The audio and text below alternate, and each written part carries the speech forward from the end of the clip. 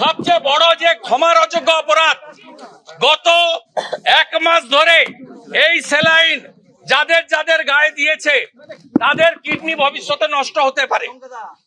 ডাক্তাররা বলছে, এক্সপার্টরা বলছে, আমি বলছি না। আমরা তালিকা চেয়েছি, তালিকা প্রকাশ করে তাদের চিকিৎসার দায়িত্ব নিতে হবে। নইলে 6 মাস পরে বলবেন সুগার ছিল তাই কিডনি ফেল করেছে, ক্রিয়েটিনিন বেশি বলে কিডনি ফেল করেছে।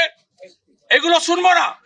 1 মাসের বেশি কয়েক লক্ষ মাকে, রুগীকে সমস্ত সরকারি হসপিটালে তারা এই বিষ স্যালাইন ঢুকিয়েছে, তার তালিকা প্রকাশ করতে হবে। আমরা বলেছি এবং আমরা ইলেকট্রনিক্স কমপ্লেক্স পিএসএ আমরা এফআইআর করব।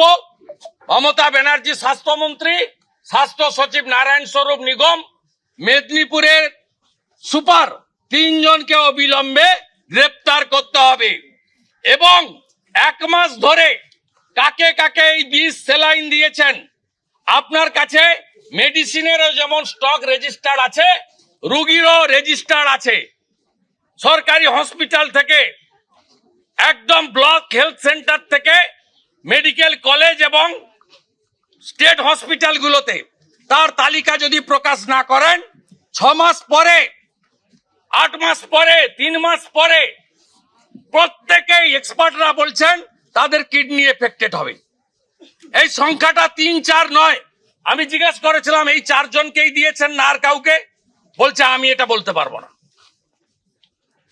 তার মানে বুঝে নেন এরা ক্ষমার অযোগ্য কাজ করেছে।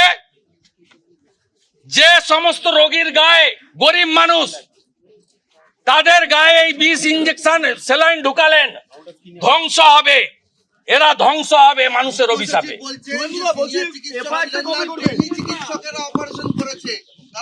অপারেশনের সঙ্গে নো রিলেশন।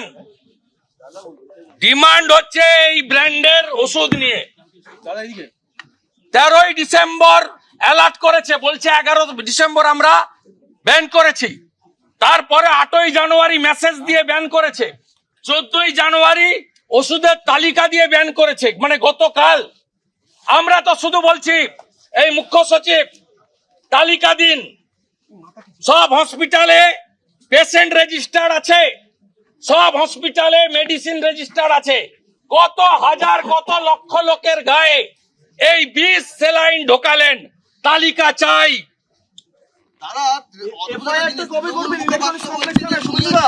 আপনারা দেখতে পাবেন।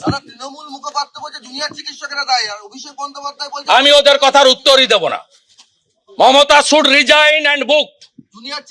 মমতাকে অ্যারেস্ট করতে হবে। এখানে মমতা ব্যানার্জির কথা ছাড়া পাতা নড়ে না, সব ল্যাম্পপোস্ট।